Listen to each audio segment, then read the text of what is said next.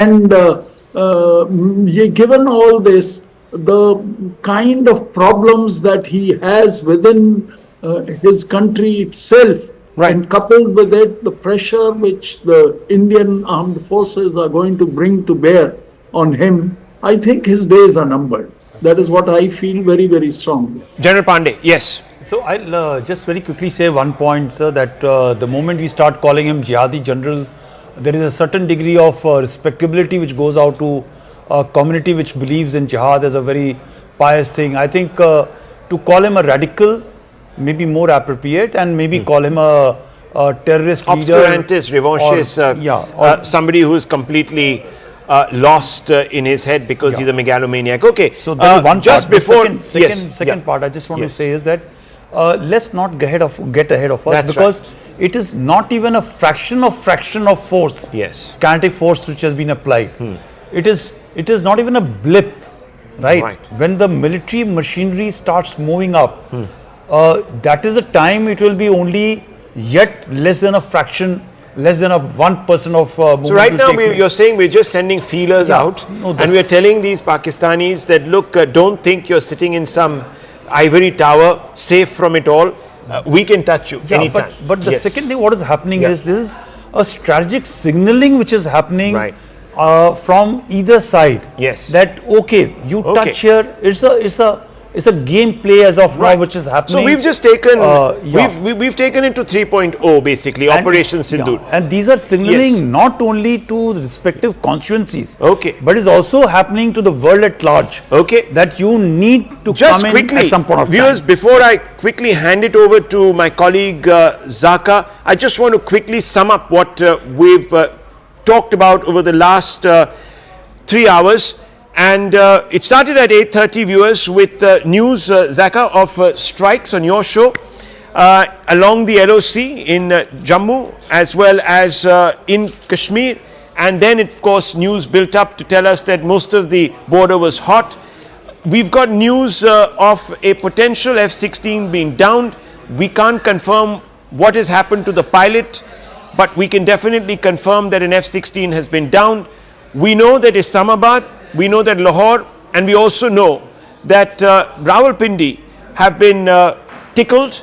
We know that ammunitions have been dropped by the residents, the historic residents, the family home of the Sharif family, which sends out a massive signal. And we also know, viewers, that there has been degradation of quite a few capacities across the border in Pakistan. We also know that the Indian ADS, the Indian aerial defense systems, have been impregnable. We haven't had any losses, and this is because the MOD has come out and confirmed that. So Zaka, this is going to be a long night, but it's going to be an interesting one. Oh, it certainly is going to be a long night, no doubt about it. Interesting for sure, but it is also a night of growing concern, both here in Delhi as well as in Islamabad. There's been basically drone warfare. That's what you've seen over the last 3 or 4 hours. It started about 8:30 or so in the evening. The first set of drones were spotted over the skies in Jammu, and then slowly over the next hour, couple of hours, it started spreading all across the Western Front, from Jalandhar to Jaisalmer, across Rajasthan, Gujarat, Punjab. Multiple reports of drone swarms being spotted and thwarted by multiple air defense systems. There is the indigenous air defense system which India has developed and built, the Akash, and there is of course the Russian-made S-400 air defense system. So the good news is not one of these drone attacks have resulted in any kind of casualty or fatality up until now. All of it has been thwarted by India's very robust air defense system, from Jaisalmer to Jodhpur all the way up to Jalandhar and Jammu. So the silver lining, as it were, is that all of these swarms of drones have been thwarted very successfully, I might add, by the Indian air defense system, both the indigenous one as well as the S-400, the Russian-made one. In response, India has sent loitering munitions, and it has left damage on the ground, is what we are given to understand, in at least 3 major Pakistani cities: in Lahore, which is the Punjabi heart of Pakistan, in Islamabad, which is the political capital, and in Rawalpindi, which is the military capital. The general headquarters is based in Rawalpindi. In all three of these sprawling urban centers, loitering munitions were sent by India. It has landed. Some of it has penetrated through Pakistani air defense. It has caused explosions there, and as a result, there is some damage. What form, what nature, what scale of that damage is, we don't know. We don't have assessment of what's happened on the ground, but certainly loud explosions were heard in all three cities thanks to these loitering munitions. I want to first bring our viewers up to speed with all our reporters who are at different points across this western border. Ishan Vani is joining us from Srinagar, Anshul is joining us from Jalandhar, Akash will be also joining us from Srinagar, and Didnt is there here in Delhi. But first I want to come across to you, Ishan. So have the anti-drone warfare, the anti-drone sort of attacks that were happening, the thwarting through the air defense systems in Srinagar and surrounding areas, has that now come to a conclusion? Also give us an update about what was happening along the line of control. There were reports of heavy artillery shelling all across the LOC over the last few hours. What is the reading and what is the situation there as well? Well, Zaka, in Jammu, it has started to slowly come down, and certain areas have also now started to get electricity back. It was completely dark there and still dark in Kashmir right at the moment.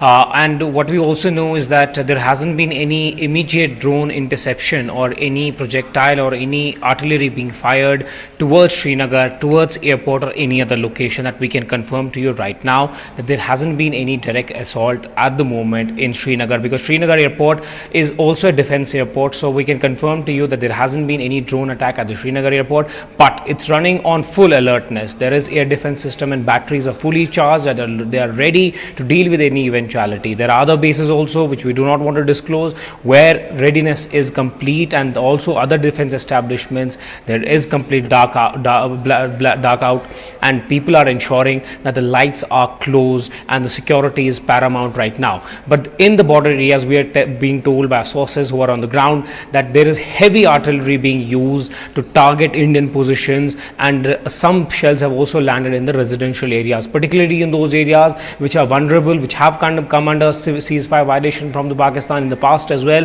We have been told that in several areas of Bonyar, Uri, there is massive shelling that is taking place, which they haven't seen even in the previous day when for the first time Pakistan used their artillery. But the Indian side is also responding befittingly. In Kupwara there were sirens. It's a different side with a frontier district of Kashmir, where also there were sirens used by the defense forces, but there were also artillery being used there, and small exchange also taking place. So the line of control in Kashmir is lit. The areas like Poonch, Rajouri is also witnessing ceasefire violation take place. The authorities are trying to ensure that they tell people do not panic, do not panic buy, stay indoors, keep your curtains down, and do not turn on much light inside your houses. And all right, that's how the situation just is, give me one moment, because we're getting that breaking news. It's flashing across your screens as well. The Saudi foreign minister is likely to visit Islamabad tomorrow. Remember, the deputy foreign minister of Saudi Arabia was in Delhi. He met with Dr. Jaishankar today. So the Saudis are beginning to play a bit of a mediatory role, if you may, in trying to de-escalate the situation. They are, of course, one of the few countries that have leverage, and significant leverage, certainly with Pakistan, and significant leverage here with India as well. Like I said, India's attempt after and during and after Operation Sindoor was not to escalate. The escalation, of course, happened with the Pakistanis deciding to send these swarms of drones. They did this last night, and they're doing this tonight as well. India, of course, effectively responding with its air defense systems. But the question now is, who pulls this situation back from the brink? Back in the Kargil war, it was the Americans, it was the then US President Bill Clinton. This time, Donald Trump taking a very evasive position, or almost both sides kind of a position. He's just saying we hope it quickly resolves, but not really bringing pressure to bear on Pakistan. The Saudis, what role are they playing? Let me go across to Didnt, who's joining us with those details. So today the Deputy Foreign Minister of Saudi is in Delhi. Tomorrow the Foreign Minister of Saudi is in Islamabad. Are they now beginning to play some kind of a mediatory role to try and de-escalate the situation, Didnt? Well, Zaka, that's right. In fact, today Saudi Deputy Foreign Minister was in the national capital. Perhaps it was a surprise visit. In fact, this visit was not announced by Ministry of External Affairs. And in fact, he met EM S. Jaishankar.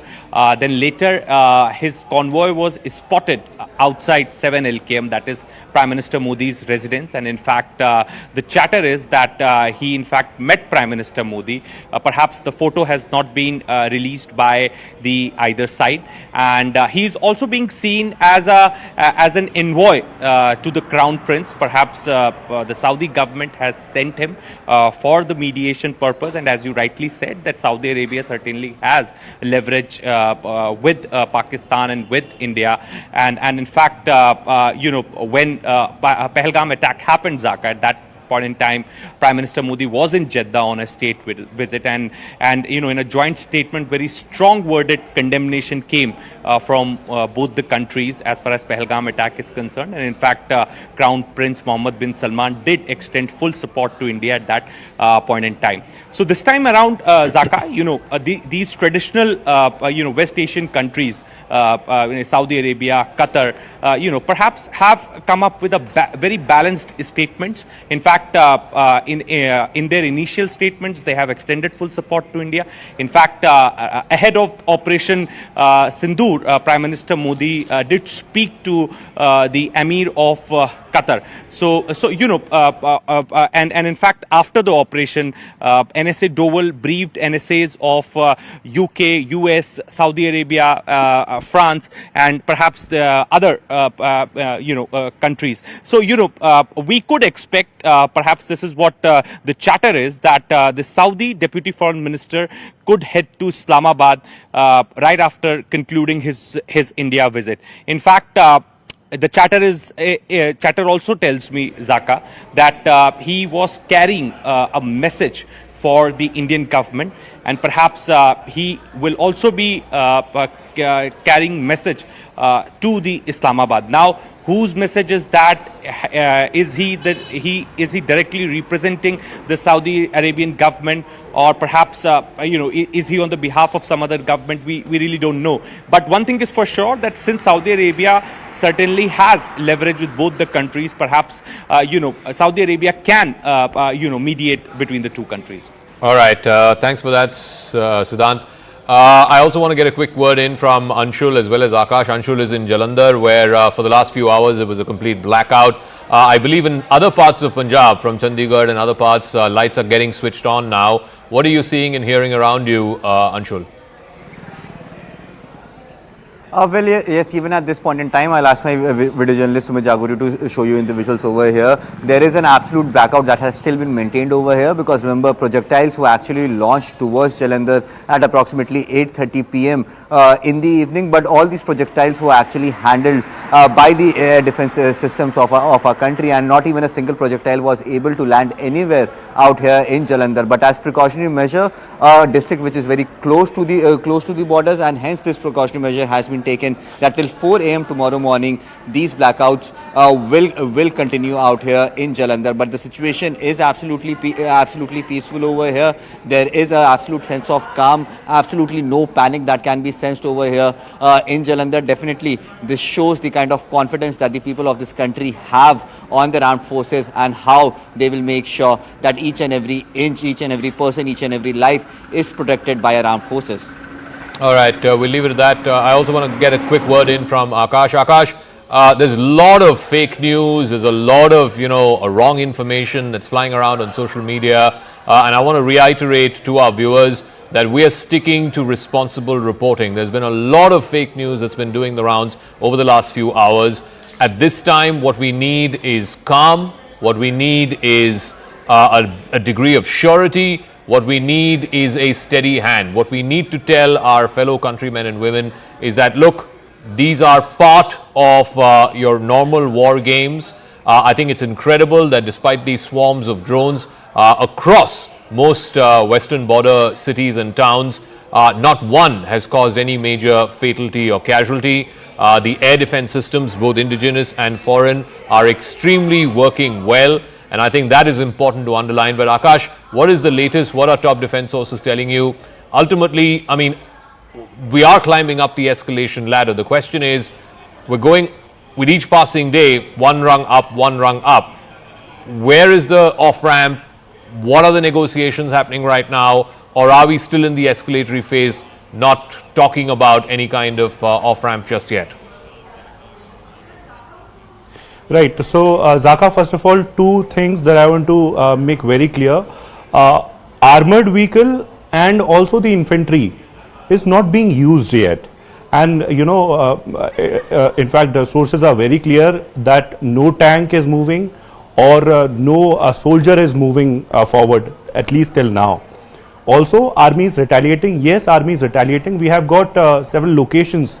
But again, we are waiting for some sort of confirmation, and that's why we are not putting out, in fact, the locations within Pakistan where Indian Army has hit.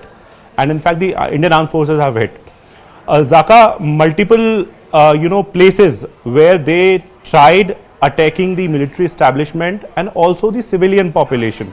We have seen in Punjab, we have seen in Rajasthan, and we have seen here in Jammu and Kashmir as well.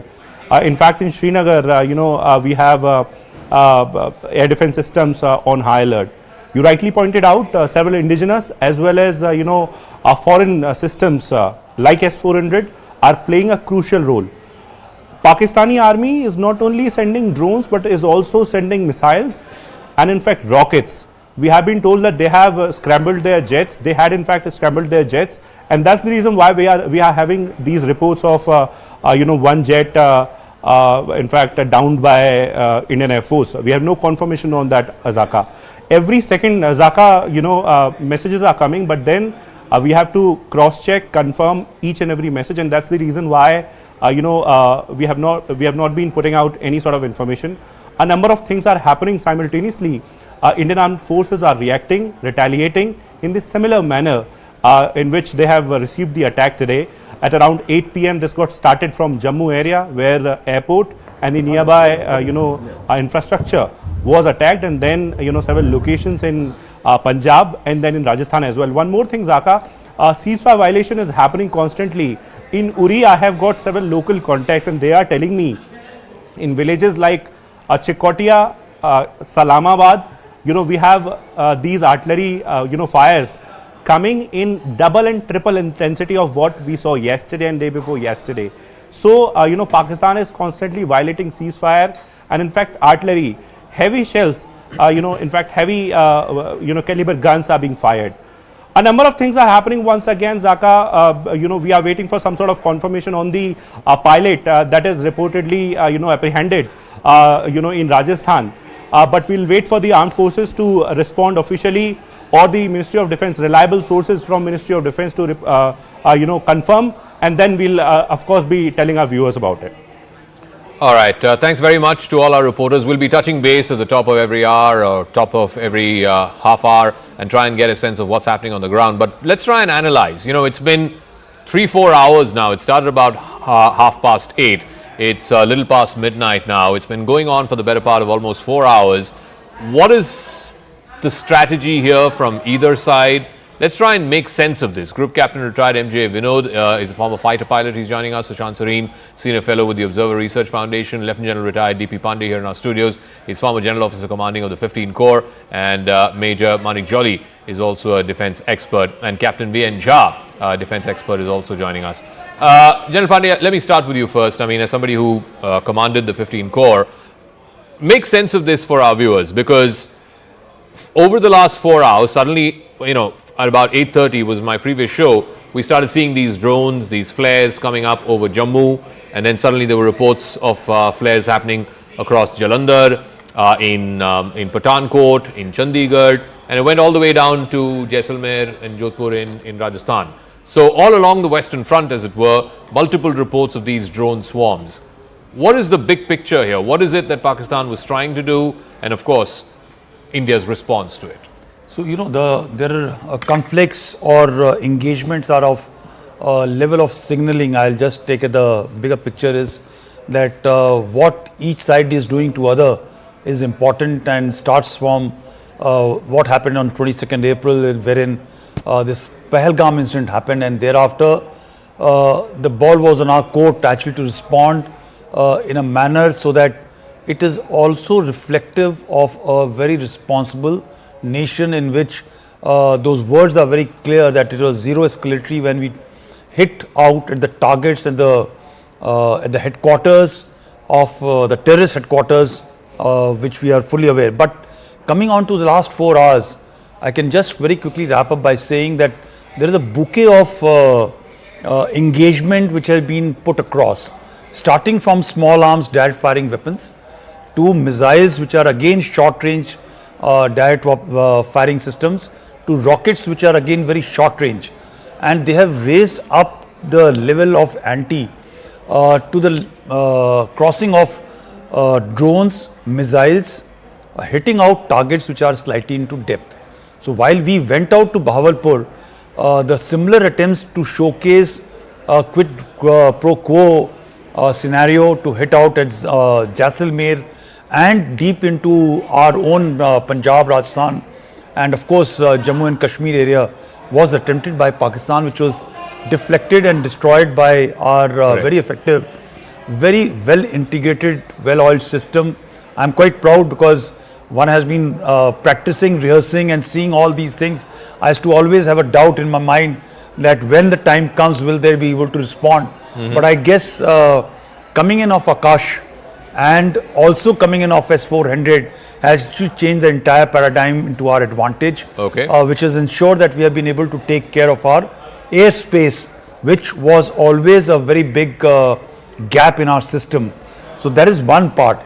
The second is that the levers continue to remain below that very critical threshold, which will become the point of no return when the boots on the ground cross the borders. So we have to actually now see that where this calculation of the Pakistani that radical chief is going to take over, and how far is willing to take his country on the downslide manner. Because right now we as a nation are giving Pakistani as a nation a chance and option to opt out from the de-escalation scenario, right? It is very clear. Again, I started by saying that it is a signaling not only to Pakistani people but also to the world at large that we as a nation are a responsible nation.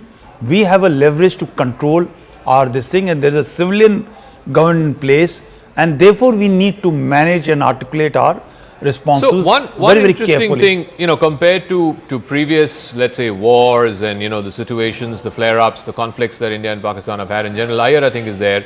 General Iyer, this is the first time we're seeing this drone warfare play out at such mass scale. We've seen this in other sort of theatres of conflict. We've seen it definitely in Ukraine. We've seen it to some extent in Gaza as well. This is the reality of modern day warfare, that you're going to have these swarms of drones first being put out before the aircraft and the other rockets and missiles are being put out, and then of course, as General Pandey here said in our studios, the final step of course would be when your tanks and your armored divisions and your men start moving. Are we still at stage 1, maybe stage 1.5 in what looks like a long escalatory battle? To answer your question, yes, because the cost of a swarm of drone is a fraction of a cost of a, let's say, aircraft of the 4.5 generation capacities. Add to it the pilot, which is also involved with it. So when you look at a drone as a weapon, it is much more cost effective than an aircraft. That is point 1. Point 2, a swarm of drone is very difficult to pick up on radars because it gives you a very, very small signature. So if you saw the way Jammu erupted in the morning and you were seeing all those flashes running around, they were our guns firing. We fire a tracer after every 5 or 6 rounds, we fire a tracer along with it to see where our fire is going. It is very difficult to locate and follow a swarm of drone and decimate them. So to that extent, the way our AD has performed today is, I can just say it's marvelous. It was something which was biting me throughout my service life as to whether, we don't have very state-of-the-art ground AD equipment. Let me tell you this, all our AD is, we call it a little antiquated if you were to say. but they have performed absolutely marvelous, I can say, the way they have been able to, intercept these swarms. That's the second point. The third point, I would like to elaborate on something which Devendra just said. And, let's go back to 5th of May.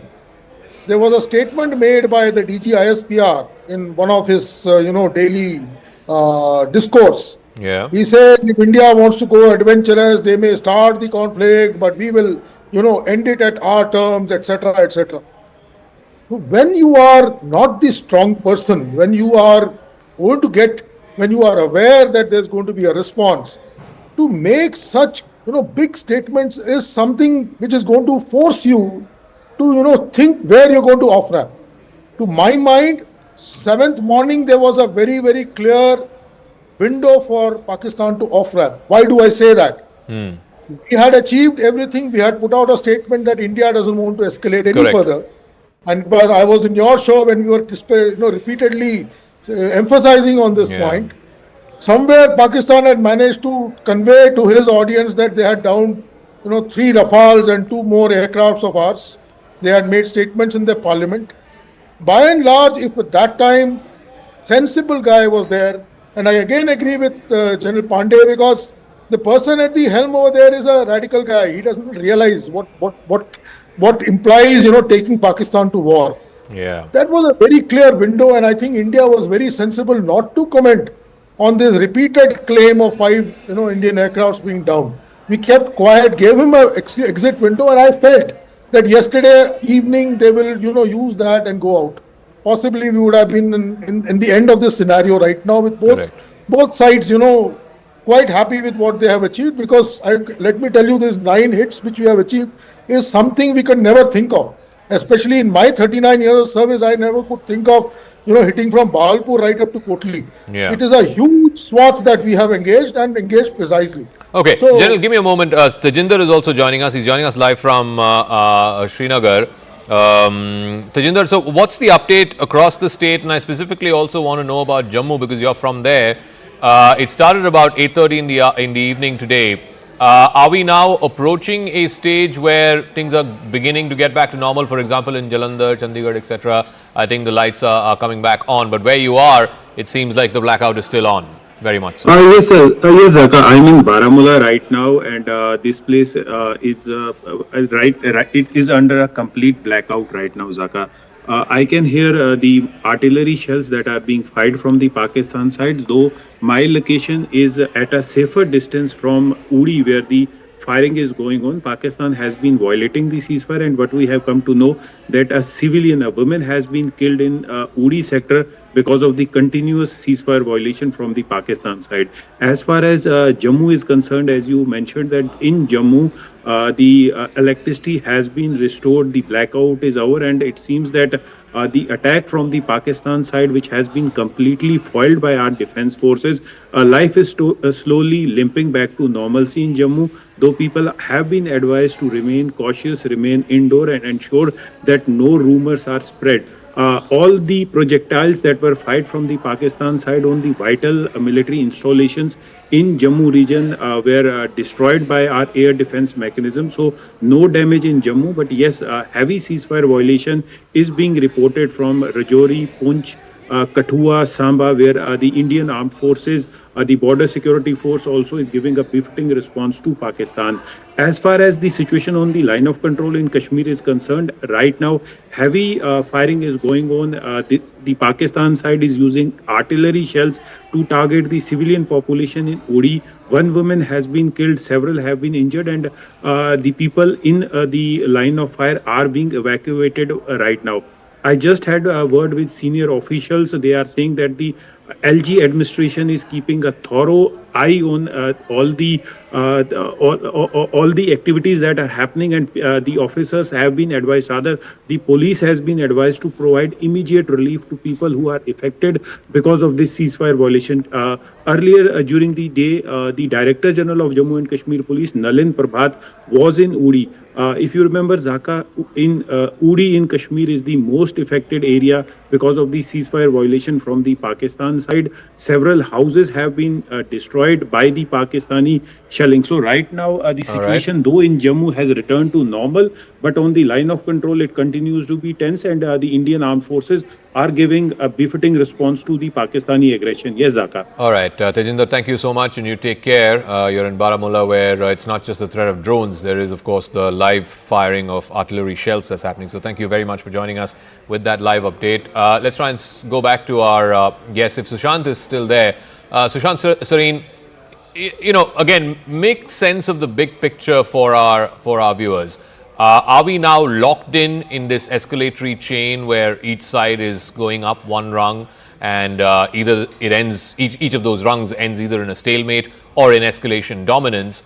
How far up do both sides go? You can go all the way to a full-fledged war. If nobody is ready to take an off-ramp. Frankly, as of now, let's see, for example, if the Saudis have come, they have equities with both India and Pakistan.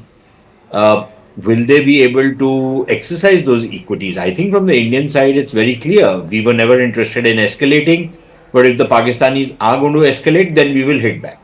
Now, what are the Pakistanis going to say? Now, we are saying that we are fighting a war against terrorists. We have only targeted terrorists. What have the Pakistanis done? They've targeted the Indian armed forces, the Indian military. They've targeted us. So we are going to hit back. Do the Pakistanis get an off-ramp? And will they be forced to take one? And then what happens to their regime? And Zaka, I think this is a critical point.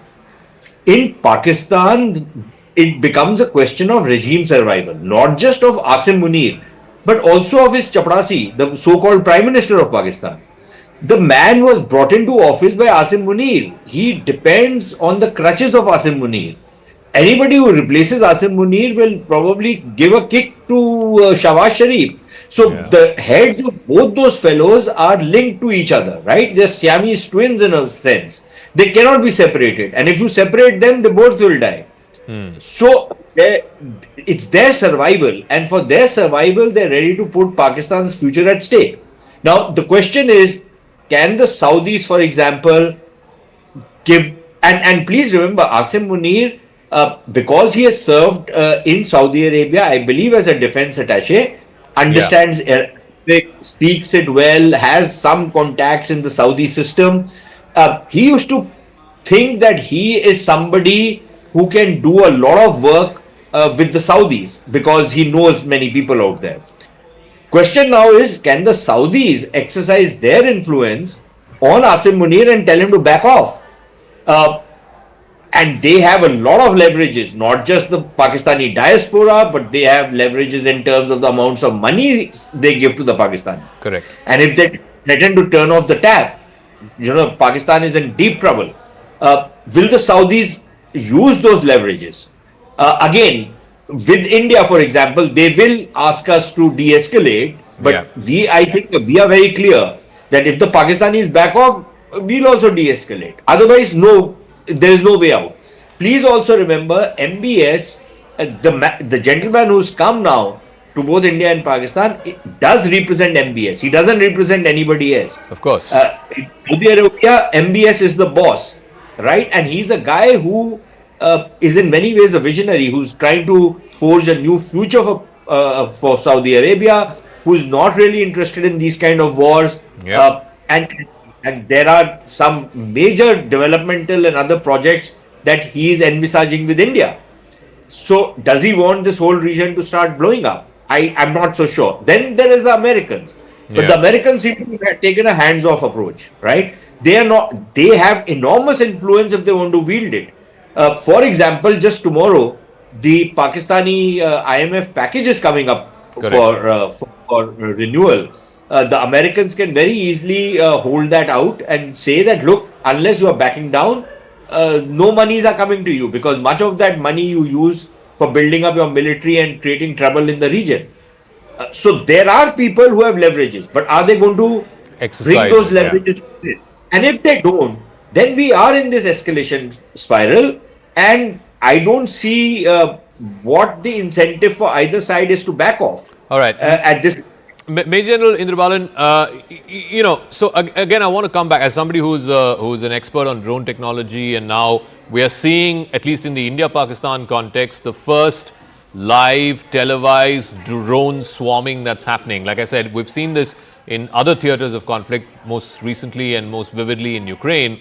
But is this now yet another rung that's being added to warfare, added to this whole business of the escalatory ladder, as it were, that the first step is now going to be drones? You're either doing it to test enemy air defenses, or you're doing it to try and send out a signal, or of course, as one of our earlier speakers said, it's far cheaper to send out a drone than to send out a manned fighter jet.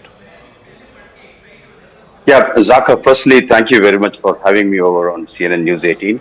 And as a former Kargil war veteran, it's also a privilege to share the platform with General Pandey, who's been a commander in the Kargil war. Now, coming to the drone warfare part, yes, I advise 3 drone companies on developing military technology. And the drones that have been deployed currently, the loitering munitions particularly, are a very versatile weapon and a system that is here to stay. Yes, of course, India's drone industry is still growing. We haven't been able to develop an indigenous industry which is capable of meeting the entire requirement of the armed forces yet, but I think we are strongly going towards that goal. Frankly, the drones that have been deployed currently are capable of delivering munitions of 2 types. One is a ready-made armament or ready-made bomb which can be dropped, or an explosive which can be carried and detonated at its own time. But these are more done as not in a manner that one would like to technologically say we have a superiority, but in terms of what we've been able to deliver with the help of our friendly neighbors who've given us the kind of technology. We are in a position now to demonstrate that Indian drone industry and Indian drone capability is going to create a new form of warfare, especially in the sub-conventional domain that we are talking of in the sector. Because as I see it, that the current setup, the way things are growing here, it is unlikely that either of the country would want into a full-fledged war scenario. Definitely India does not want. We have made it very clear to the international community. We have made it very clear to our own citizens. So we would like to use whatever is at our disposal which can effectively counter Pakistan's retaliatory measures. And in that domain, I think drones fit the bill very well. Because it's not that the drones can only carry ammunition. It can loiter around and do things much better than what a missile can do. Plus, the drones are amenable to artificial intelligence. Where the drones, we also have an advantage is that in terms of our ability to possibly jam GPS systems that is used by the Pakistanis and all over the world, and the GNSS systems for drone navigations, if you are able to put through our NAVIC systems also in place, then we will have a definitive superiority in drone warfare as well. But even today, Indian drone companies have developed what is called as anti-drone systems, anti-drone jamming systems, which are able to counter drones coming into India. We are also developing killer drones, which are taking drones and killing the other drones in a physical kill mechanism. There is soft kill, there is hard kill, there is technology kill, and there is swooping of drones. All this is possible, and all this is coming up in a big way. Okay. And I think the way the government is going, our drone technology is going to be far superior to what our adversary is going to put up. All right. I'll get a final word from General Pandey as well before he leaves, and then I'll come to Major Jolly and Captain Jha. So I'm coming back to, I think Sushant made this point earlier about, it's about getting into the mind of Asim Munir. He started it. It started with the comments that he made. A week later, you had Pahalgam, and 2 weeks later, you have Operation Sindoor. And now, this drone swarming that's going on. If you were in his shoes, if you were thinking, what is your priority? Is it regime survival, your own survival, or is it that you want to pull both countries back from the brink of war? So, very early on when this event happened, and it's called by Smita on her podcast, and that is time I had forecasted one thing, that I hope we don't go on this path of engagement, right? And whatever punishment has to be meted out should be closed at that point of time. But now, having gone on that path, there are a couple of things of off-ramping which you're talking of. I think today it will be an advantage for our country to keep this thing slide on. Do not have a very short-term, short-terminated war or conflict. Let's not wind up immediately on this thing, which an opportunity has been handed over by the Pakistanis today for us to punish them in long term. What is happening? Why we can punish is, firstly, if you keep them engaged, their credibility is downsliding very fast. Okay. They will have to do something very serious to regain the credibility today. On the western front, the Balochis are actually pulling on the tails. This is a time we need to urge the western powers that Baloch is a very plausible answer today to resolve a problem which is called Pakistan. Even the Chinese will be also interested, because everybody is interested in the minerals and resources. Yeah. And of course, Balochis are totally different from rest of the Pakistan. So the moment this pull happens on that side and the FATA, the tribal area pull happens on the other side, the deployment in the binary or tertiary stretch and so-called 2.5 front, which was supposed to be prosecuted against the Indians, this is now coming a life problem for Pakistan. It's come at a very, very inappropriate time for them. Somewhere I think the policy makers, I hope they have thought of it, and they should keep on thinking of it, that now as they have scaled up, they have not taken the off-ramp on the first day and the second day. And today was a possibly very final legitimate day to have off-ramped.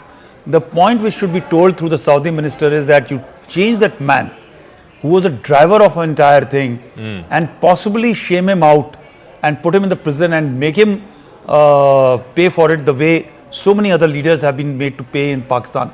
It will happen or not is a matter of debate. But the fact of the matter is, instead of closing this in 5-6 days time, 4 days time, we need to keep on expanding this in a slow bleed manner today.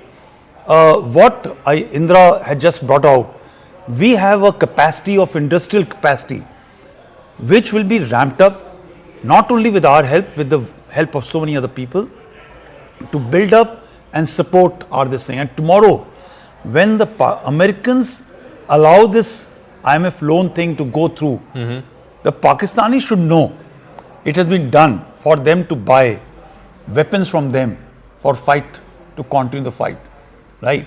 And if it is denied by the Americans, it will be a statement to tell the Pakistanis to rein their act. It may not rain, but there are very, very important signals which mature nations must give. In case they withhold the IMF loan, it implies they mean serious business to stop another conflict in the region. Otherwise, in case they give this loan, it is actually telling the Pakistanis that, okay, you will fight the last man in the region by us providing a long-term loan and debt. And interestingly, they may not buy the weapon and systems from the Americans. They may still go for the cheaper versions to buy it from the Chinese. So it is all game open now. But the smartest move for us will be to take the maximum out of this advantageous position today. We are on third day on, we are on the strike 3 and we are succeeding quite heavily. We should not let this advantage slide down. All right, we'll leave it at that. Thank you very much, General Pandey, for joining us. But the other guests will continue to stay with us. But I just want to get a quick recap of what's going on the ground. If I can get back to our reporters, Ishan Vani in Srinagar, Siddhant is in Delhi, Akash in Srinagar, of course, Anshul in Jalandhar. We'll try and get a sense of, there are two sets of things that are happening. One is, of course, the ceasefire violations that are happening along the LC and the IB, essentially the artillery fire that's been going on. And then there is, for the last 4 hours or so, this drone swarm that's been happening all the way from Jammu down up to Jaisalmer.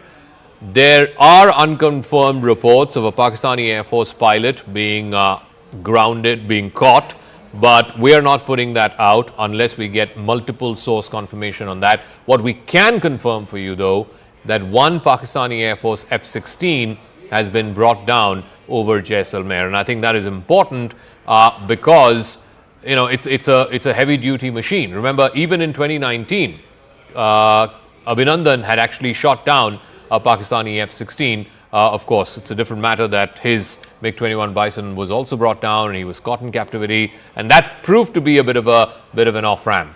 In this case, the F-16 has gone down. We don't know about the fate of the pilot. There is a lot of media speculation about the pilot being caught. Like I said, we're not putting that out on air unless it's confirmed by multiple sources. But if and when that happens, if and when that happens, that gives India a degree of leverage against Pakistan. It could potentially open up a possible off-ramp, if you will, to try and pull back from this brink. Ishan Vani is joining us from Srinagar. Ishan, what is the latest? What are you hearing more from the ground, both in terms of the ceasefire violations at the LC, as well as, of course, this blackout? Is that blackout now over in Srinagar and other surrounding areas? Well, not completely. It's still blackout here, and police has advised us to come inside the building, and that's why we are inside now. What we have been given to understand is that there's a massive damage to the civilian infrastructure in Uri due to Pakistan's, again, ceasefire violation. What we also know is that a lady has lost her life in the ceasefire violation, while 3 of them who are injured are being treated at different hospitals in Baramulla. There's state of alertness in the medical staff in the ground establishment to ensure that people are swiftly shifted. There are multiple families who have been displaced due to the ceasefire violation, and possibly because of the renewed ceasefire violation, there's a possibility that more families would get displaced. Now in Tangdar, in Keran, in Uri, there has been continuous ceasefire violation that has been taking place, and particularly the use of artillery is something which is very deadly. We saw one such spot and one such house where artillery had landed roadside and had completely destroyed the entire road, the buildings adjacent to it, because the shrapnels go really far and it can even lead to death even if you are staying a little far. So that is how dangerous it is right now in Uri. We are being told that there is massive shelling that is taking place right now in Uri, but in Srinagar, luckily there were no drones which were intercepted. There was no need to intercept any drones, or there were no drones which were sent towards Srinagar. There was a fear of drones being sent towards military establishments, because there are certain extremely sensitive military establishments which are important for the forces on the ground. There was complete dark out and blackout, and completely nothing was visible for long hours, and that's why right now we are being told that the situation is being monitored constantly, and after our hour basis the decision is being made to really what to do. But state of alertness is there. Top officials, we are told, are in their offices or on their toes. Nobody is sleeping in Srinagar tonight because officials are monitoring the situation continuously. All right, thanks for that, Ishan. I also want to go across to Major Manik Jolly. Coming back to this whole situation of climbing the escalation ladder, again, there are unconfirmed reports of a lot of changes happening in Pakistan, militarily, politically. Like I said, we are not going to put any of that out until it's double confirmed, maybe triple confirmed. But let's deal with the situation at hand, and that is, let's look at it step by step.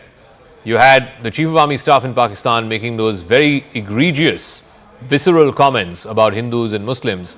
A week after that, Pahalgam happens, in which 26 Indians are segregated by religion and the men are shot.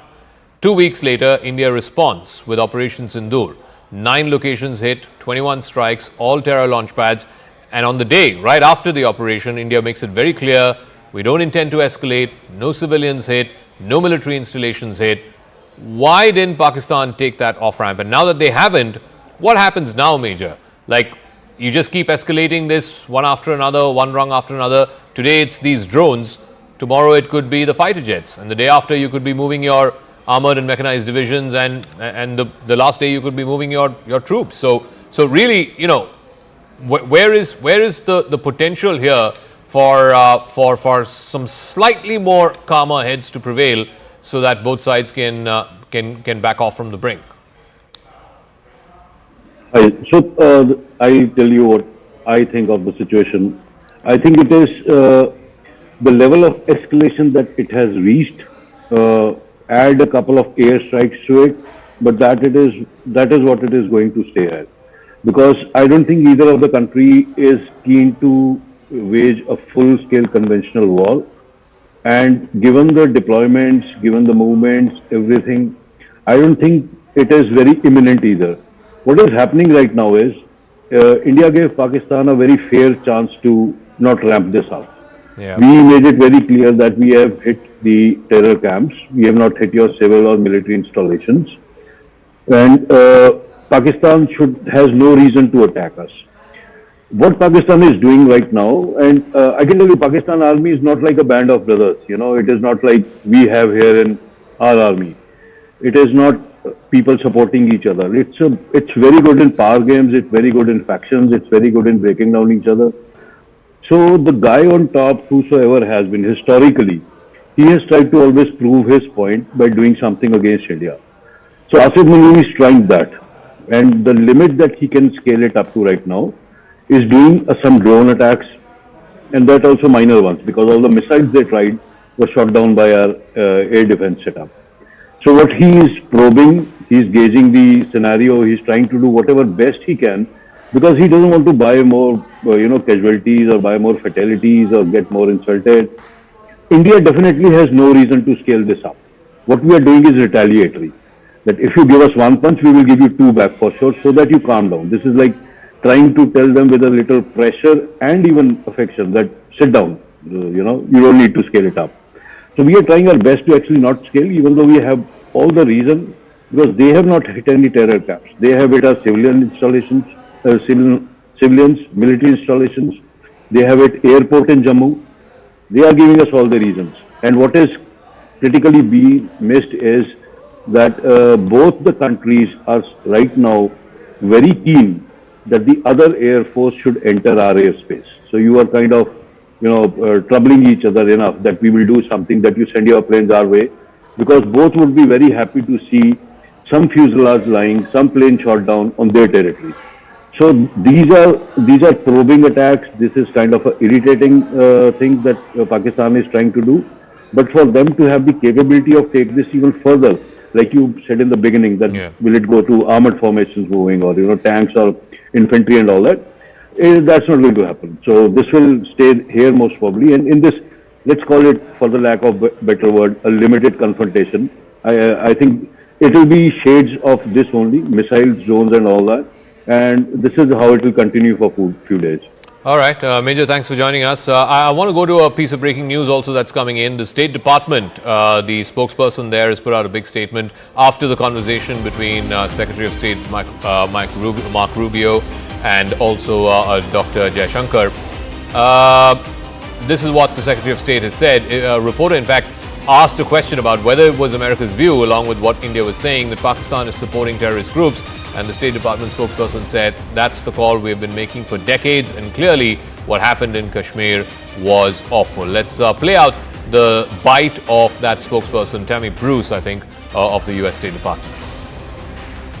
You're called for the other of any support to terrorist groups. I mean, is it the view of the United States, along with what India says, that Pakistan is supporting terrorist groups? Well, obviously in today's world, that's a call that we've been making for decades. It is the dynamic that we've seen in the Middle East disrupting lives, and clearly what happened in Kashmir is awful, and we've all, of course, we send our condolences. The world has rejected the nature of that kind of violence overall, of course, and certainly the President has and continues to. But at this moment in time, there's like one thing that has to stop, which is a back and forth and a continuation of this, and that is what we're focused on right now. Okay, so the US State Department spokesperson saying, yes, Pakistan is fomenting and funding terror, and we've been saying that for decades. So, this is a hard reality that we have been very acquainted with for the last 3-4 decades here in India. The United States, from the time that Hillary Clinton said, if you have snakes in your backyard, they're going to come and bite you, is something that they've been saying in terms of words. But what does it mean in terms of action? The US, unfortunately, has not taken definitive action or brought pressure to bear on Pakistan that, look, you cannot be doing this. This is an unsustainable model where you export this low-cost terror and then hurt India, which is clearly the bigger country, the bigger economy, has more at stake. Captain V.N. Jha, I want to go back, though, to this escalatory ladder. And the question that, look, the pain point that India has had is that the Pakistanis have made this a pattern. Every few years, send a bunch of these terrorists, attack Indians, make a big thing about it, and then force India into a corner where India has to retaliate. So there is punitive action that India takes. And then for a few years, things are quiet. Again, we go back into this cycle. The pain point for India has been, how do we break this cycle?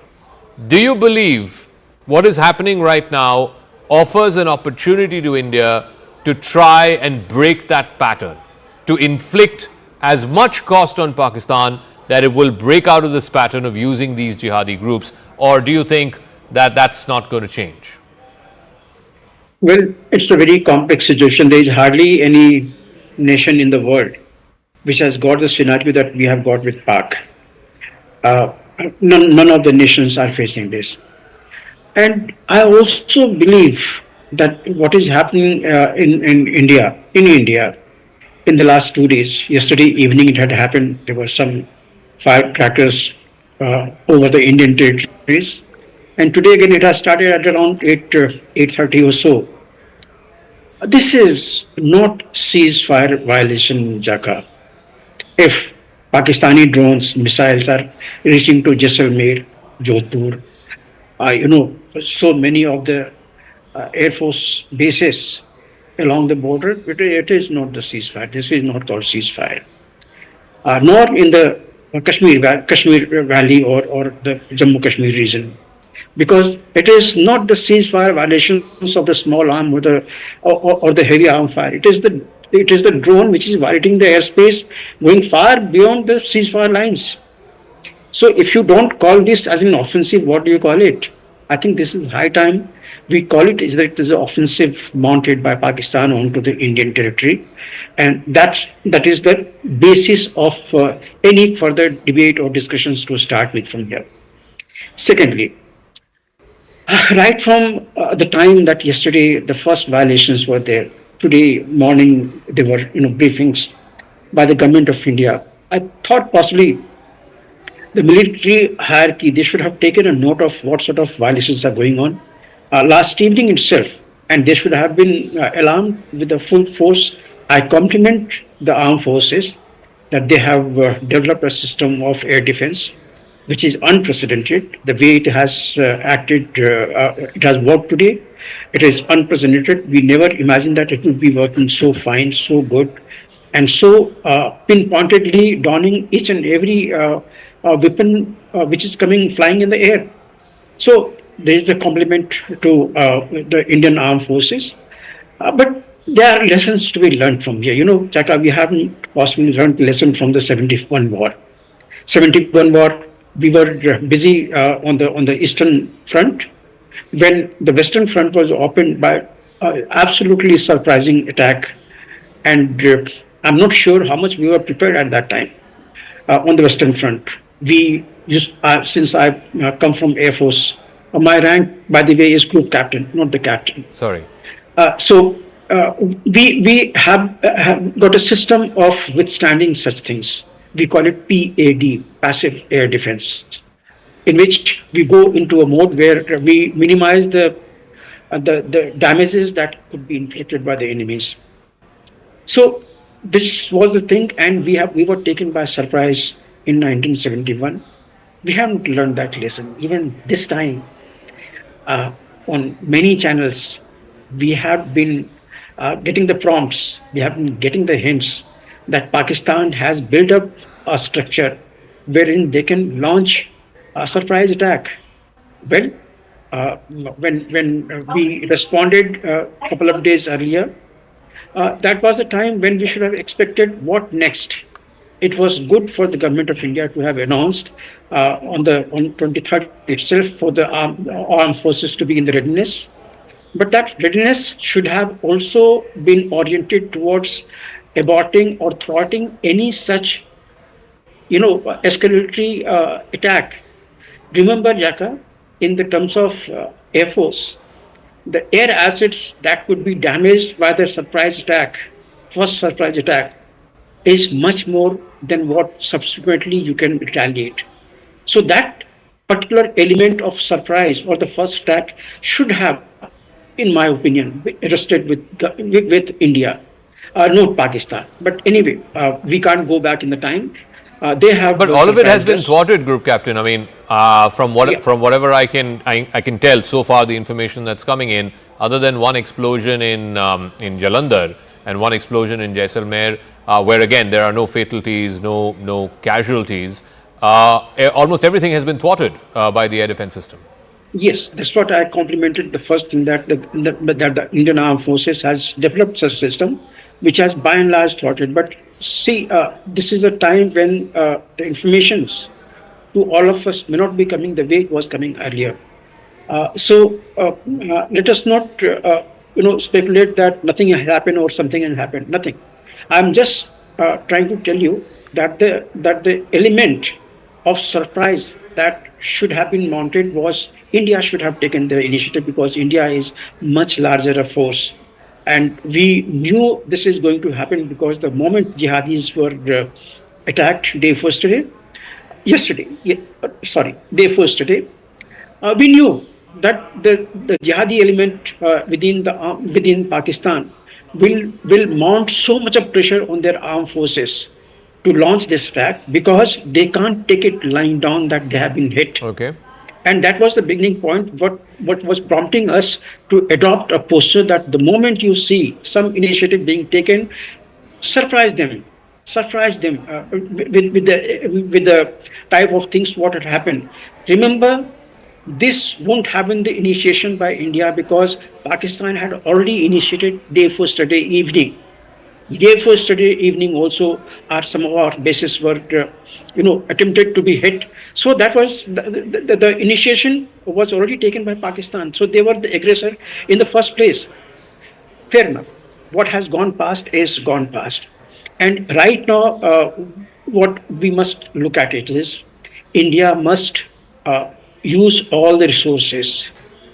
When all these attacks were happening, like what we had seen over Gaza by Iran, that was the time it was coming to my mind that yes, good, that Iron Dome system, our indigenous so-called Iron Dome system is working so well.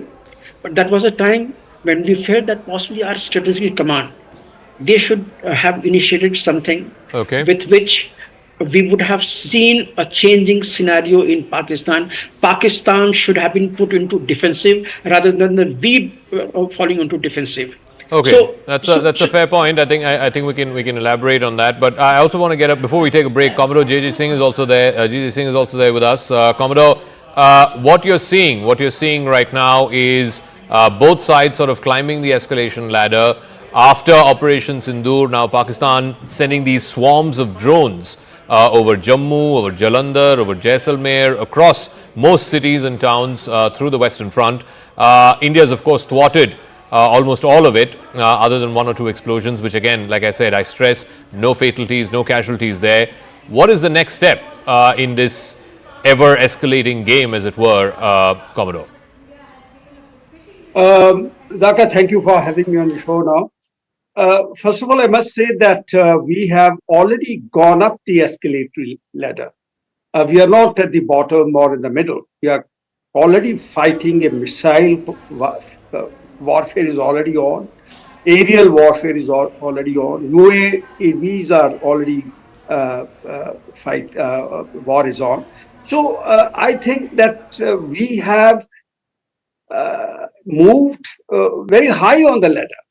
The IB has been compromised. LOC, heavy fighting is going on. Volume of fire has increased many folds than usual. They are just not respecting any international convention by firing on the civilian areas. They have taken an initiative, in fact, I would say, to hit these civilian populated areas first rather than hitting any of our defense establishments or defense targets, because they're not capable. There is no match when it comes to sophistication level with Pakistan. There's no comparison. We are far ahead from them when it comes to gun power, it comes to aerial firepower, it comes to economic power, it comes to diplomacy. You take any field, we are far ahead from the education levels, intelligence, sophistication that we have shown by carrying out this, what you call military strike on their terrorist infrastructure, where they were using them as training centers and indoctrinations. So what I mean to say is that we are already moved up far higher. Only thing, a notch which is below is that our ground forces have not breached in any international border LOC. LOC. Okay. On LOC, it's just a firing going on. Volume has increased, but crossing over has not been done. And I'm surprised why it has not been done, because as I understand, ceasefire, meaning of ceasefire is that where the two armies which were fighting in 1971 stopped firing on each other by the resolution of the UNO. UNO told us stop fighting, and the two armies stopped fighting, and that became line of control, or what you call is LOC. And there is no international obligation for us to follow. Why are we becoming so law-abiding country when it comes to international order? Does Washington respect any international order?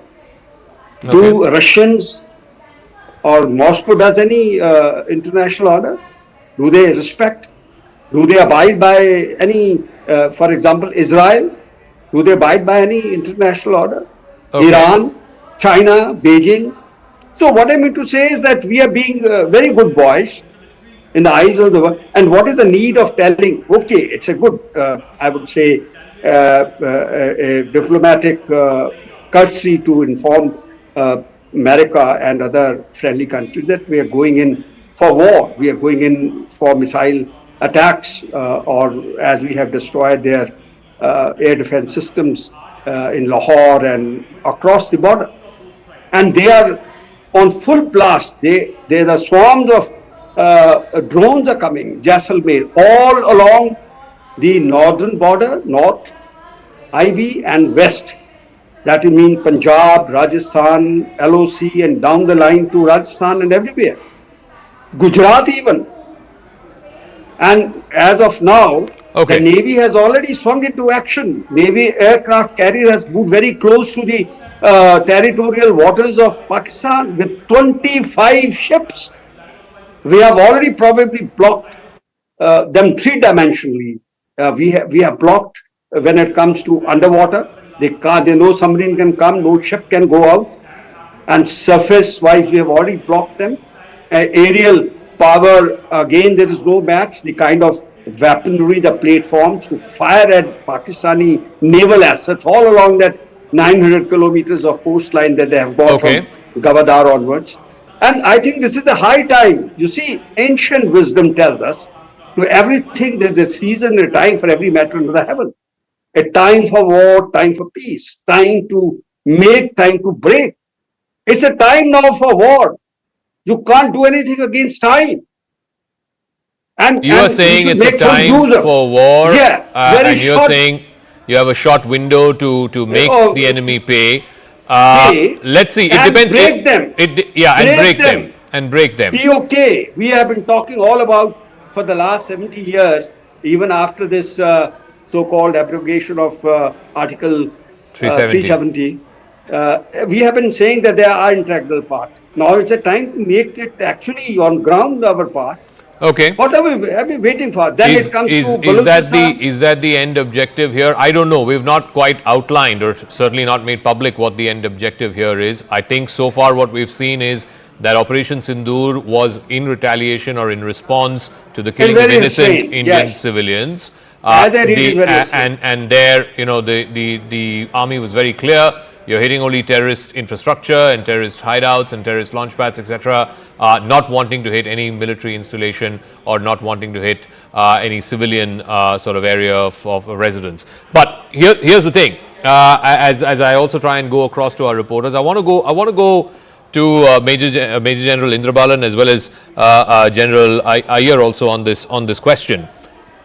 Is this a situation, General Indrabalan, where India believes it can inflict so much pain on the enemy that it can get the enemy to change its behavior? Because ultimately, the objective that India once achieved out of this, and I'm curious to know if this situation has presented itself where it can inflict so much pain on the Pakistani state, the Pakistani army, which has been using this low-cost warfare, this policy of bleeding India by 1,000 cuts, can you inflict as much pain using this window that they're deterred from using that as a policy, they're deterred from carrying out these terrorist attacks, or you don't see that behavioral change being brought about?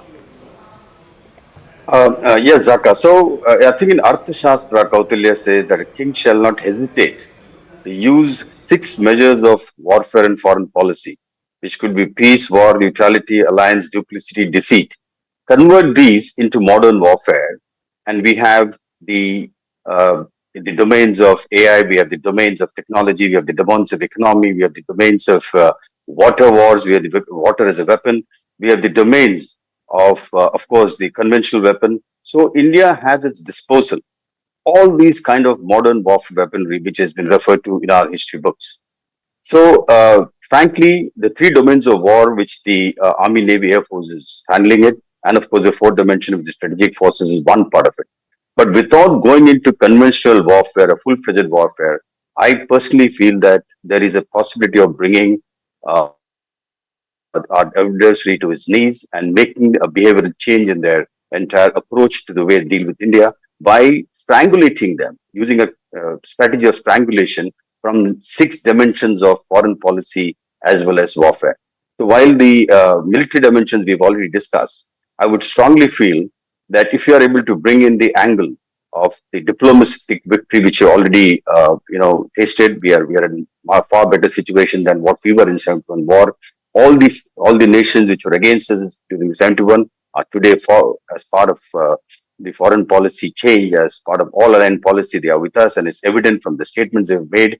Economically, we are far superior. Commerce-wise, we have already blockaded them. If the Navy goes on to block the sea lanes of communication, I think they'll be blockaded on even these naval routes to bring in even modern weapon systems, leave alone their goods and services. Couple that with the Brahmastra that we have in form of Indus Water Treaty, which can drain them, which can dry them, which can kind of make them kind of cry for water and create an internal strife between Punjab and Sindh. These are the things we do for internal strife without having to actually go in there. And then, of course, the 6th dimension of using cyber warfare to cripple their power systems, to cripple their railways, to cripple their entire stock markets, financial markets, whatever we can with financial, using cyber warfare, using the dark web, using the deep state things at our hand.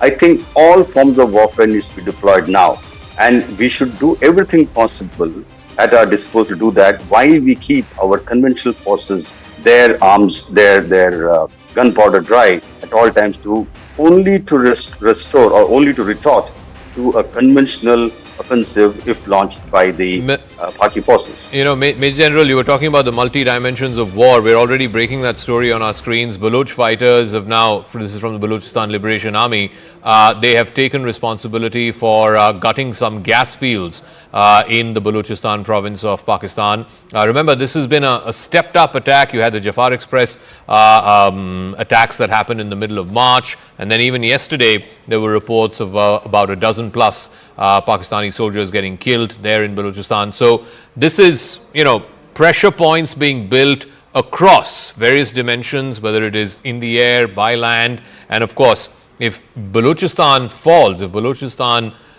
secedes away from Pakistan, that would be the second major blow after the breaking away of what used to be East Pakistan, which later became Bangladesh. So we'll keep an eye out on how this pressure point plays itself out, and whether this will get the Pakistani military establishment to see reason, or will they just further climb the escalation ladder. Tejinder is also joining us. Tejinder, what is the latest update there in Baramulla? The last time we spoke, the blackout was still going on. I believe from the looks of it, it's still continuing. What are you hearing from army sources in terms of what has transpired over the last 4 or 5 hours? Indeed, Zaka, the blackout is still on. Just a couple of minutes ago, there were air raid sirens that were heard in Baramulla. what we come to know that the air raid sirens, as I told you, they were on, but right now they have stopped. In Uri, heavy shelling is going on from the Pakistan side. Pakistan has been, as I mentioned earlier, they have been targeting the civilian population. One female has lost her life in Pakistani aggression, but the Indian Army is giving a befitting response to Pakistan. What our sources are telling us that Indian Army is fully prepared. Our defense forces are fully prepared, and they do expect that Pakistan would once again try to do something. They would try to escalate things, but Indian Army armed forces are fully prepared to give it back to Pakistan in the same coin which Pakistan understands. So the situation in the entire region of Jammu and Kashmir continues to be tense. Zaka, in certain parts of Srinagar city, blackout has already been lifted, electricity has been restored. So it clearly shows that the attack which Pakistan tried to carry out is over, especially in Jammu region where the blackout has been lifted and electricity has been restored in several places. Authorities are making appeal to the people to not heed to any rumors and to ensure that they remain indoor. They follow all the SOPs which are time to time given by the local authorities, by the administration, to ensure that there is no damage to the civilian population. And also people are being told not to record any activity of our defense forces, because defense forces are planning to give a befitting response to Pakistan. So certain things have to be kept under wraps. But yes, the situation in Jammu, Zaka, has returned to normal as far as the current situation is concerned. Several Pakistani projectiles, they have been destroyed by our S-400 and our Akash air defense system. Zaka, just a few minutes ago, there were some heavy air activity that was reported from from close to the line of control in Rajouri district. Our air defense system is in place. So right now we don't know what type of air activity it was, but certain jets were seen hovering in the Rajouri area. So these are just the initial inputs which we are getting. We are in touch with our sources in defense establishment. They would verify and let us know what type of air activity it was. As far as the situation on the line of control is concerned, Zaka, the situation in Poonch has escalated, wherein Pakistan has once again resorted to unprovoked aggression targeting the civilian population. If you remember, just the other day, around 16 civilians were killed when a religious place, a Gurdwara, was targeted by the Pakistan Army. The Indian Army, being a professional army, has been retaliating to the places from where the Pakistan Army has been targeting the civilians. We are not targeting any civilian population, and that was underscored during the press conference which happened earlier yesterday when the Foreign Secretary made it clear that our target during Operation Sindoor were the Pakistani terrorist establishment, the terror training camps, the terror launch pads, and we did not attack any military installation or any civilian installation in Pakistan. But on the other hand, Pakistan is violating the ceasefire, targeting civilian population. So there has been damages to several houses in Poonch, Rajouri, in Uri, Zaka. The loud bangs of the artillery shells that are being fired from both the sides can be heard at a distance of 40 to 45 kilometers. So this is the intensity. All right, Yes. Okay, thanks for that. Let me also get a quick word in from both Akash and Ishan. Ishan, in Srinagar, what is the latest situation? Because there are a lot of claims also being made on social media. I want to just underline that. I want to say that, we are reporting responsibly because this is a war situation. There's no other way to put this. I think one of the earlier guests said this is not merely just a ceasefire violation. This is an offensive from Pakistan. Of course, the Indian Army and the Indian Defence Forces are responding to that measure for measure. A large majority of these drone swarms have been neutralized. They've been hit back and brought down by the air defense systems, both the indigenous ones as well as the foreign ones. But Ishan, just on the situation there in Srinagar as well as in the rest of the Kashmir Valley, is the blackout still on? Are we still looking at this situation continuing for the next few hours? What's the advisory? What's the word that's coming in from the army? Well, electricity is back in most of the places, which means that the alarm that was raised, particularly in wake of the attacks that took place in Jammu, the administration, the government, and the security forces deemed it necessary to shut down and get a blackout in the entire Srinagar city and all other districts as well, to ensure that there is full preparedness and there is no hindrance while they carry out operations, or there any targeting that takes place, particularly of the military infrastructure. Not only in Srinagar, there are crucial military infrastructure, but other than Srinagar, there are also other places where blackout was done and there was no light for several hours. But now we are being given to understand that certain areas, most of them, are getting electricity back. This indicates that the fact that they have made sure that there are no drones in the air, there are no projectiles, or there are no rockets being fired towards any of the crucial stations in Kashmir.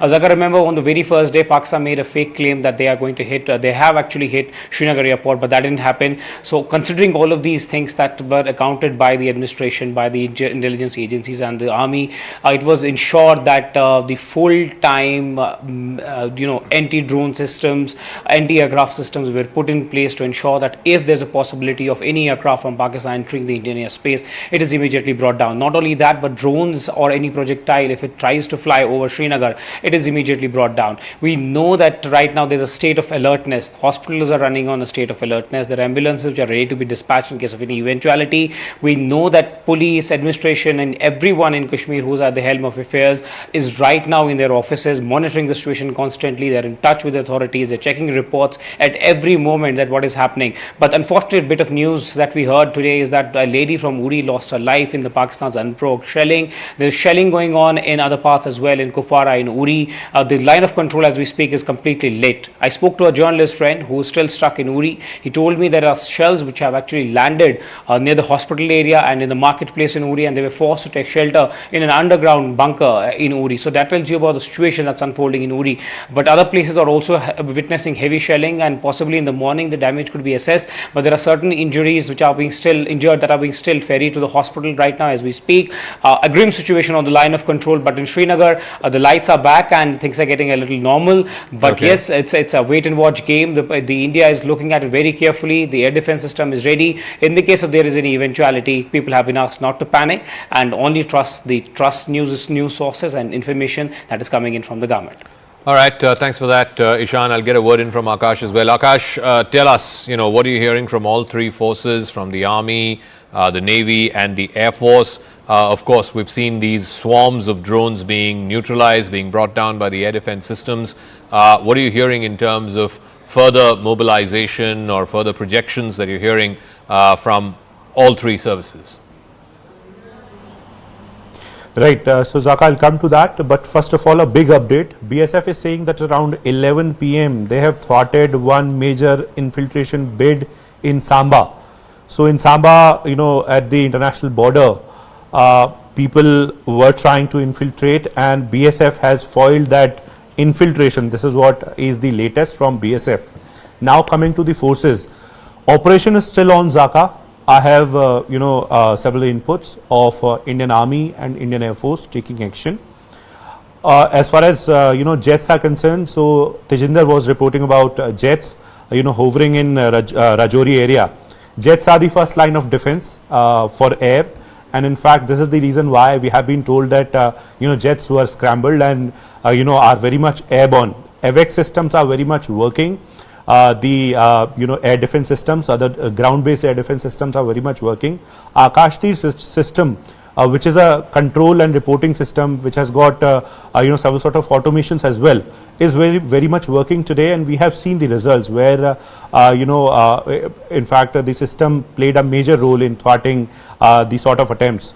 It started at 8 p.m. and it is still on at 1:17 a.m. Zaka.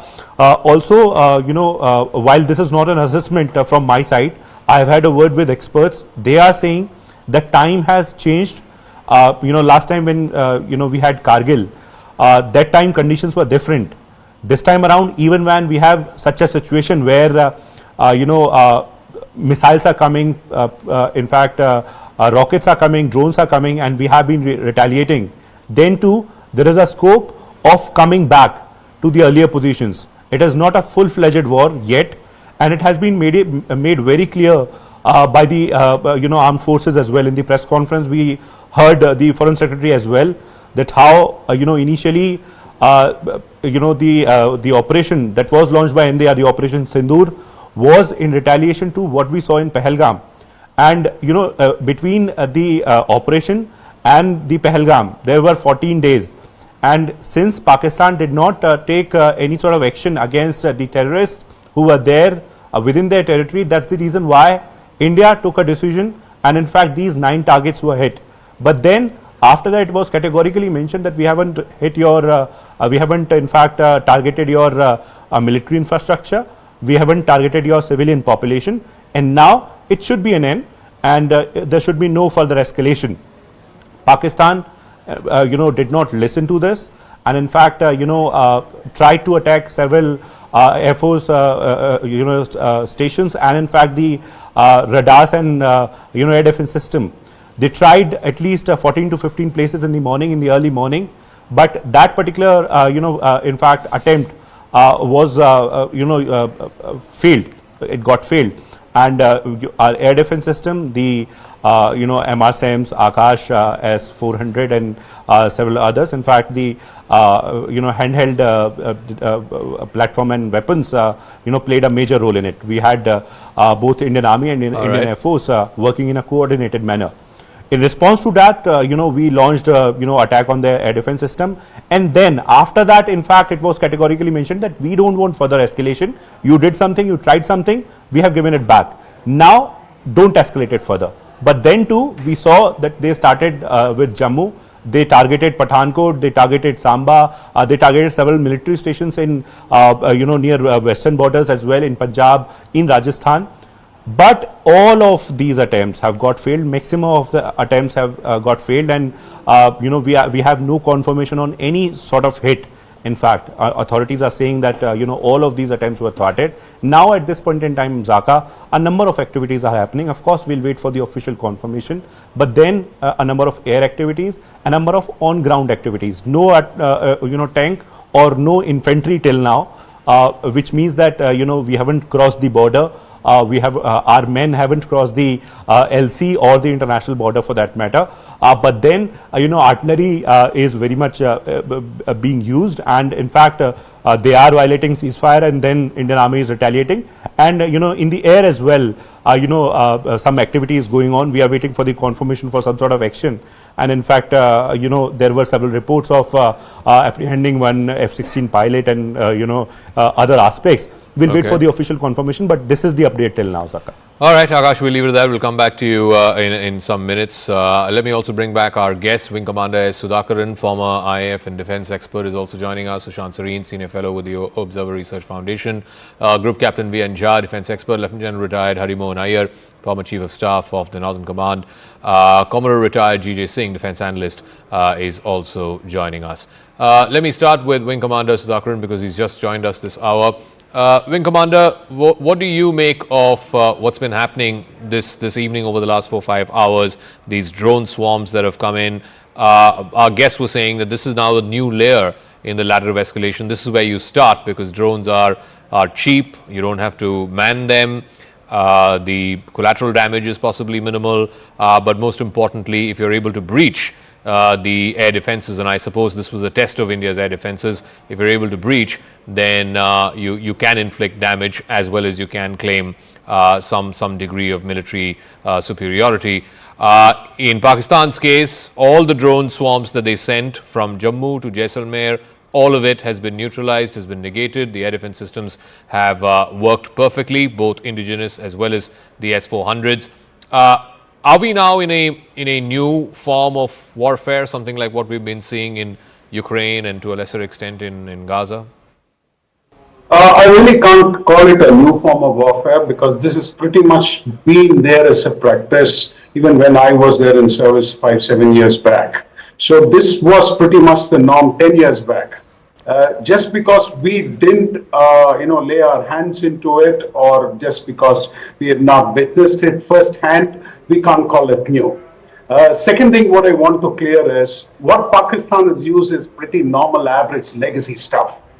The kind of drones that, autonomous drone swarms that we can see, if you are going to take on the likes of the Israelis or the Americans or the Chinese for that matter, there is a beast, a different breed of drones already waiting to come. That's a very different level that we are talking about.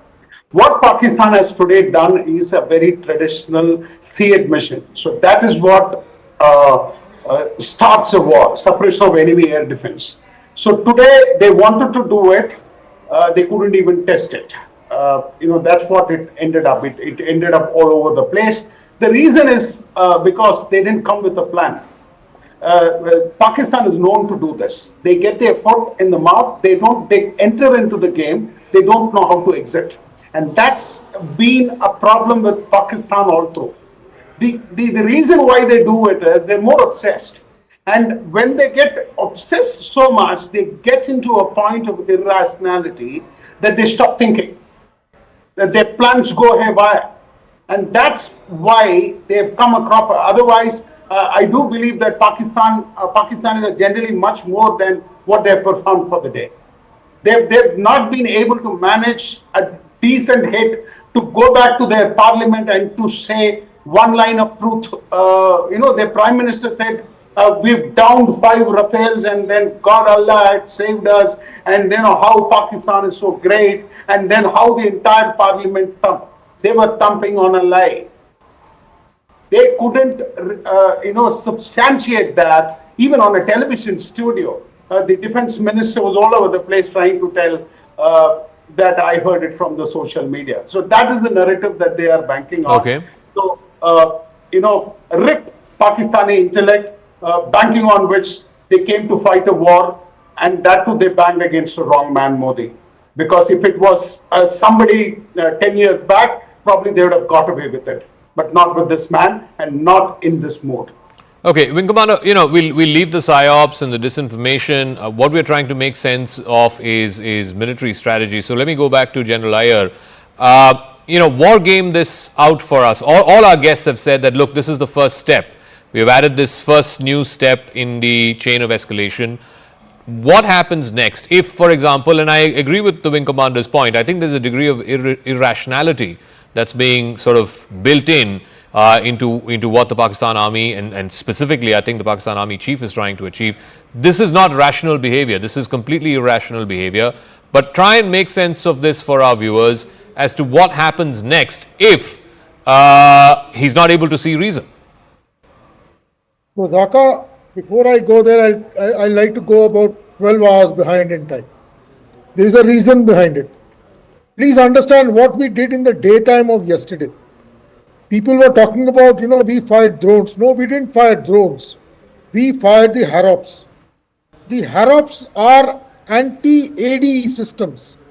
We destroyed his ADs the entire day. We knocked all his AD out, and that is why his entire Air Force became a kind of a little unuseful, if I was to use the word. He also realizes that tonight is the only night available with him because tomorrow the IMF loan things comes up. So this was a very, very easy off-ramp time for him. Had he been able to achieve the SEAD as the wing commander was bringing out with the help of those drones, had he got a little window, he would have launched 3 or 4 aircrafts, done something, gone back and then said, I have achieved it. The very fact that his aircrafts have crossed the IB today, and in that harakiri, he's possibly lost 2 or 3 aircrafts. Like you say, we are all waiting for confirmation. But assuming those points are right, that the DGISPR has claimed that 2 of these aircrafts have gone down. Throughout yesterday, when we were attacking his assets, he did not cross the IB. He retained that initiative inside his own lines. He was possibly looking at today's window to achieve something before the flag of the IMF goes up tomorrow. Now to come to your question as to what's going to happen to him tomorrow. Firstly, let's understand we are confronting a very professional armed force. Let's not belittle him on that. Whether it is Air Force or his army, both are extremely professional, and whatever little bit of Navy that he has, that is also extremely professional. So it is not a T20 game that 2 days and we'll have ceasefire coming up. No, it doesn't happen that way. What is he going to do now? I do presume that there has to be something he'll try to do on the ground. Having failed to achieve something in the air, he would like to do some kind of a thing on the ground. I am worried he may even launch something like his SOG, try to do something which mirrors our surgical strikes of 2016, possibly go behind our forward lines, do some kind of a nasty thing in our depth areas and get back, and that could be his so-called flag on which he can exit. Tonight, in my mind, is going to be a very crucial night because he is now running against time. His Air Force, by large, has now not been able to achieve what he set out to achieve and is not likely to achieve tonight because whatever window he had is all over. Now, his long-range vector, the missiles also been knocked off by us. So he knows that is not going to achieve anything. He doesn't have a very strong navy to do anything on the sea. All that is left with him is the army. And to have a major ground offensive happening over one night is also not likely to happen. So what I am visualizing is some set of actions, possibly along the line of control, where he may end up doing something along with something which he calls as his light commando battalion. Now you must know this light commando battalion is a group which has got regular troops, irregular troops, and it has support inside our territory. All these militant groups which are available, they all form part of this light commando group. He can apply this light commando group along with this SOG in a coordinated manner to achieve a very small little victory, which in my mind is likely to give him some kind of a bargaining space before he calls it off tomorrow. So I am worried about tonight. I hope that we are able to thwart all of his aims and attempts tonight. I don't see anything much coming from the air in the next 24 hours. Okay, so I'm curious to know about this whole IMF bailout, one tranche of which is up for discussion tomorrow, and Pakistan is hoping that they will get it. From what I remember, it's over $1 billion. So Sushant Sareen, paint this for us. There are only two things that can happen tomorrow. Either the IMF says that, look, we've looked at the situation here between India and Pakistan. It's on the brink of all-out war. In this situation, and particularly after what's happened tonight with this swarm of drones being sent, we can't sort of sanction this money, or we can't sign off on this money. That's one possibility. The other possibility is that despite whatever's happened tonight, they say, okay, go ahead, here's a $1 billion check. The point is, how do both of these scenarios play out, and do they have any bearing at all on the behavior of the army and the army chief as to what they will do next?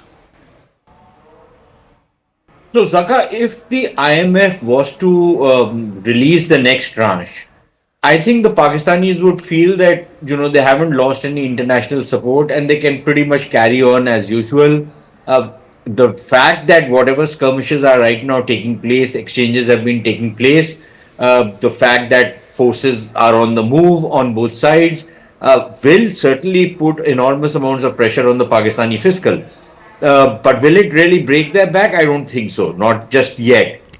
The thing is that, however, if the IMF was to stop the loan or to delay it or postpone it under whatever pretext, that can only happen because, look, at the technical level, the loan has more or less been approved, which is why it's gone up to the staff level. The director level. Executive director. Now, when all these people sit together, they will have to decide whether they are going to approve the loan or not, and that's by voting. Now, India just has about 3.5% share, so our vote doesn't really count. But if the Americans, for example, were to hold out and not vote in this thing, they have the position to exercise a veto with the 17%, because 15% allows you a veto.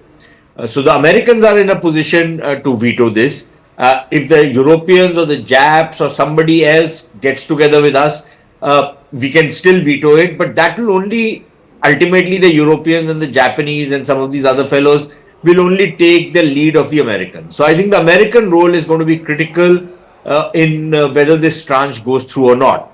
Now, if this tranche doesn't go through, then it puts enormous amounts of pressure on Pakistan. already we've seen that today their stock market crashed by something like 7,000 points, almost 8 or 9% or thereabouts. There will be enormous amounts of pressure coming, because then many of the other loans that the Pakistanis are trying to get will not come their way. Will then the Chinese who are not giving any new loans to Pakistan, all that the Chinese have been now doing is rolling over the old loans which they've already given.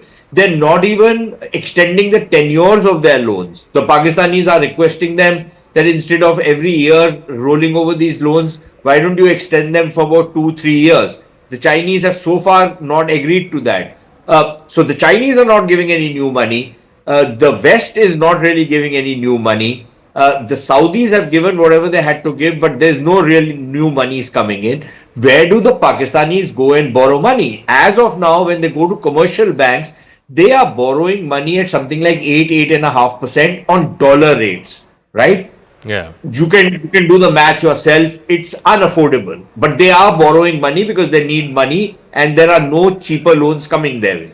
So the economic side is a very critical pressure point on the Pakistanis to knock some sense into their head. Will that impress the generals whose survival is at stake? I don't know. It's difficult to say. But Zaka, I have to say one thing, and please allow me. All compliments to your reporters. They have been at it since morning. Ishan, Ashish, Tejinder, and they've done a stellar job. So I think it is extremely important that while we all are sitting in the comforts of our home, although I'm rather sleepy now, but these young people, your reporters, have done a fabulous job. So I think congratulations are in order to all of them. Thank you, Sushant. Thank you. I'm sure it means a lot to all of them. It means a lot to me as the head of this channel. But thank you very much indeed for those warm compliments. So let me take that thread, that thought with, I think Group Captain Jha is sort of putting his hand up. So Sushant ended by saying that, look, whether or not the loan is sanctioned or not sanctioned may or may not have a bearing on the behavior of the generals. And I think General Iyer was also sort of shaking his head, affirming that, yeah, I don't think it will influence the behavior of the generals. So then what is the calculation? Because if the calculation is just, I need to ensure that, my Gaddi is safe, or the army needs to ensure that their hold on power. Because let's face it, the army's faced a huge amount of pressure, not least from Balochistan, not least from what's happening on the Afghan-Pakistan border. For whatever it's worth, this whole fight that's been happening between Imran Khan and the army chief, it's very, very deeply personal. And the army chief is not exactly winning that game. So this is his sort of plan B in that sense, to try and show to the Pakistani people that, look, I can still get you guys to rally around the flag. I'm still the savior of the nation, the defender of the Quam, as it were.